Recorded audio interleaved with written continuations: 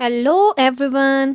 Last episode में हमने देखा था कि जी शियू स्टर्लिंग के साथ मिलकर छुपकर भेस बदलकर एक बार में किसी को मिलने के लिए जाता है।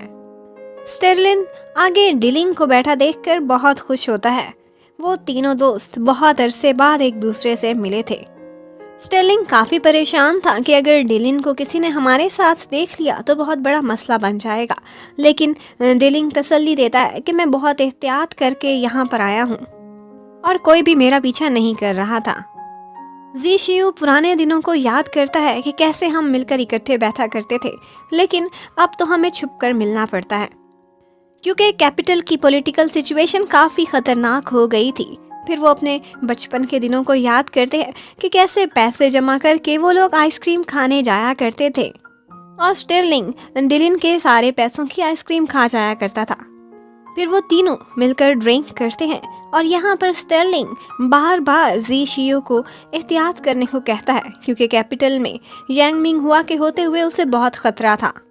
लेकिन डिलिन अपना पॉइंट ऑफ व्यू देता है, कहता है कि इतना भी खतरा नहीं है क्योंकि यांग मिंग हुआ अब बहुत पावर में आ चुका है, उसे किसी की कोई परवाह नहीं, वो ताकत के नशे में है।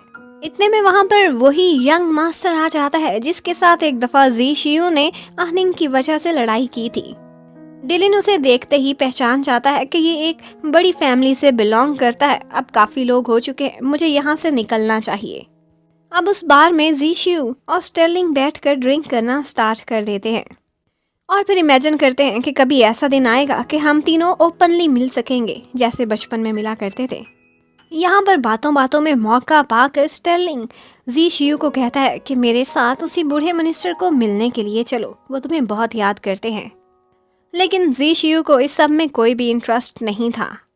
वो किसी तरह से बात को टाल देता है और फिर पॉलिटिकल इशू से होती होती बात उनके पर्सनल इश्यूज तक पहुंच जाती है और वो लोग साथ साथ काफ़ी ज़्यादा ड्रिंक भी कर चुके थे। इतने में साथ बैठे वो बॉयज़ आपस में बातें करना स्टार्ट कर देते हैं और उनकी बातों का सेंटर होती है जी चुआन निंग।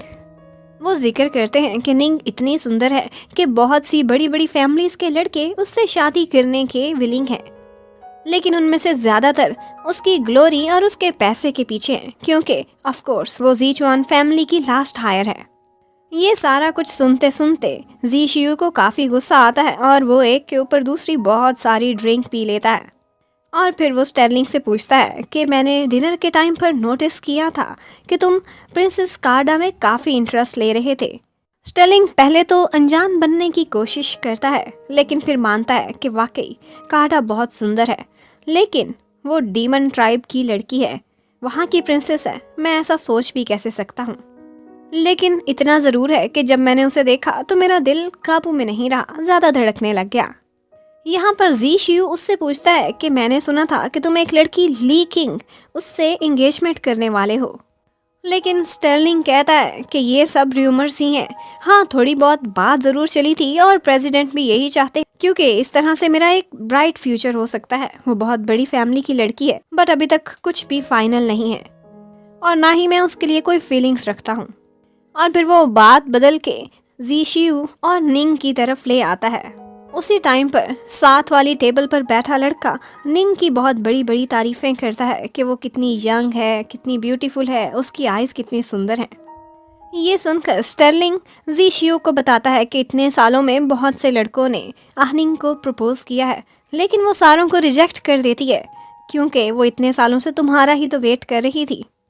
वो तुमसे कितना प्यार करती है ये बात मैं अंदाज़ा लगा सकता हूँ। उसी टाइम पर दूसरी टेबल पर बैठे लड़के निंग के बारे में ऐसी बातें करते हैं कि जी शियू अपने गुस्से को काबू नहीं कर पाता और बहुत गुस्से में आकर एक ग्लास उठाता है और उस लड़के के सर पर दे मारता है। और बस फिर क्या होना था, जी शियू तो वैसे ही ड्रंक था, उनकी फाइट स्टार्ट हो जाती है। वो उस बॉय का एक दांत भी तोड़ देता है। अब दोनों भाई बहुत ज़्यादा ड्रंक थे और वहाँ पे काफ़ी सारे लड़के थे, वो उनसे फाइट करते रहते हैं, लेकिन फिर उनके काबू में आ जाते हैं और वो बॉयज़ भी अपना काफ़ी गुस्सा उन पर निकालते हैं। फिर सीन बदलता है और दिखाते हैं कि अगले दिन स्टर्लिंग और जी शियू मरी हुई हालत में किसी नाली के पास गिरे पड़े हैं और बहुत से सिपाही हैं जो लोगों को उठाते फिर रहे हैं। उनको लगता है कि ये किसी की डेड बॉडी है। वो उसकी तलाशी लेने की कोशिश करते हैं तो एकदम से जी शियू उठकर बैठ जाता है। वो लोग डरते हैं कि डेड बॉडी उठ के बैठ गई। इतने में एक ऑफिसर उन दोनों को पहचान जाता है कि ये इतने बड़े बड़े ऑफिसर्स हैं, कमांडर्स हैं, यहाँ पर क्या कर रहे हैं। और उन दोनों को शर्मिंदगी होती है कि इसको क्या बताएं, ड्रंक होकर हम मार खा के यहाँ पड़े हैं। वो मुंह छुपाते, अपना नाम बदल कर बताते, वहाँ से भागने की करते हैं। उसके बाद होश में आकर जब स्टर्लिंग वापस पहुँचता है तो उसकी इसी हरकत पर वो बूढ़े प्रेसिडेंट उस पर काफ़ी गुस्सा करते हैं और उसे आइंदा केयरफुल होने का कहते हैं। फिर वो लोग आजकल की पॉलिटिकल सिचुएशन के बारे में थोड़ी देर बातें करते हैं और उसके बाद कहानी को 4 मंथ्स फास्ट फॉरवर्ड कर दिया जाता है। और यहाँ पर कैपिटल की सड़कों पर हर तरफ यही न्यूज़ फैली हुई होती है कि डीमन ट्राइब के खिलाफ ह्यूमन क्लैन को बहुत बड़ी बड़ी कामयाबियाँ मिली हैं। और इसी सब के बीच यांग मिंग हुआ एक बग्गी में बैठकर चोरी चोरी किसी इंसान से मिलता है जिसने अपना फेस कवर किया होता है और वो उसको एक टास्क देता है कि उसने निंग की हैंड राइटिंग की कॉपी करनी है और एक ऑफिशियल लेटर बनवाना है उसकी तरफ से। और अगर उसने ये काम अच्छा कर दिया, वो नकली लेटर बना लिया, तो उसे प्रमोशन कर दी जाएगी। एक्चुअली यांग मिंग हुआ को ज़ीचुआन फैमिली काफ़ी बॉदर करती थी और वो उनके खिलाफ कोई दबी दबी साजिश करने में लगा हुआ था। उसका एक सबऑर्डिनेट उसे मशवरा देता है कि अब एक लड़की ही तो बची है उनकी फैमिली में, उनको फोर्सिबली वहां से निकाल देते हैं।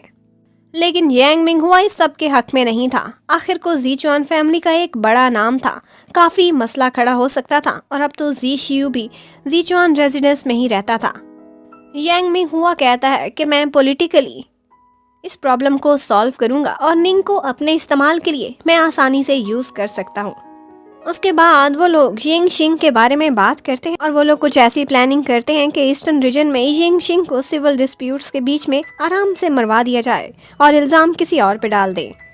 और इस सब के बाद यांग मिंग हुआ फिर उस बूढ़े प्रेसिडेंट से मिलने के लिए जाता है। उन दोनों के दिल में एक दूसरे के खिलाफ नफरत थी, लेकिन एक दूसरे को फेस सेविंग के लिए बर्दाश्त भी करना पड़ता है। डीमन ट्राइब से जो लोग अभी सक्सेस लेकर आए थे उनको कुछ अवार्ड्स देने की बातें वो लोग करते हैं और उसके बाद यांग मिंग हुआ वहां से चला जाता है और उसके ऊपर उस प्रेसिडेंट को कितना गुस्सा था ये उसकी आंखें बताती हैं। यहीं पर ही एपिसोड खत्म होती है। Thank you for watching, stay connected, bye bye.